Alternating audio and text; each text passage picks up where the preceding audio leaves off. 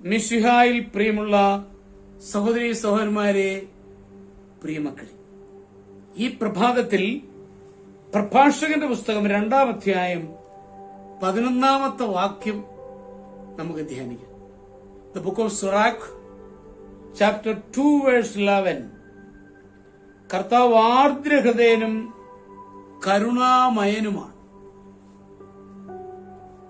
ജിൽ condo എന്ന ഫ്ലോറൻസുകാരന്റെ ഭാര്യയായിരുന്നു Mona Lisa.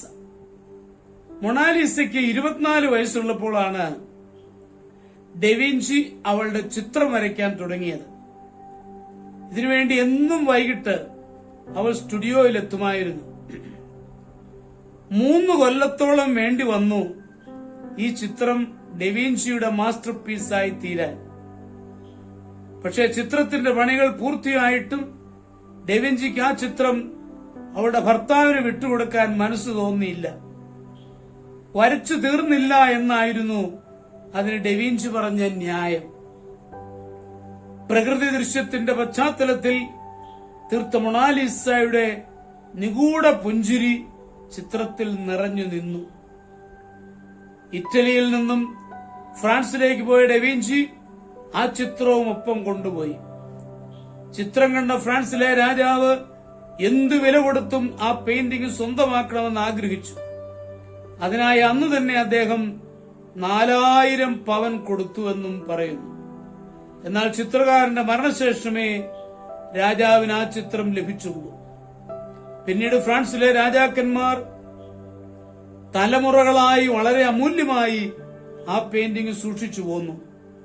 പക്ഷേ Napoleon തന്റെ രാജ്യവിസ്തൃതിക്കിടയിൽ ആ ചിത്രം കരസ്ഥമാക്കി. തന്റെ പള്ളിയറയിൽ സൂക്ഷിച്ച മൊണാലിസ പിന്നീട് മോഷണം പോയി.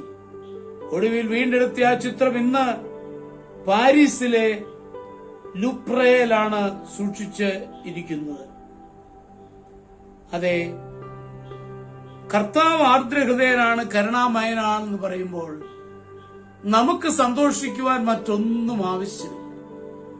ഓരോ ക്രൈസ്തവന്റെയും മുഖം പ്രസാദം കൊണ്ട് നിറയണം.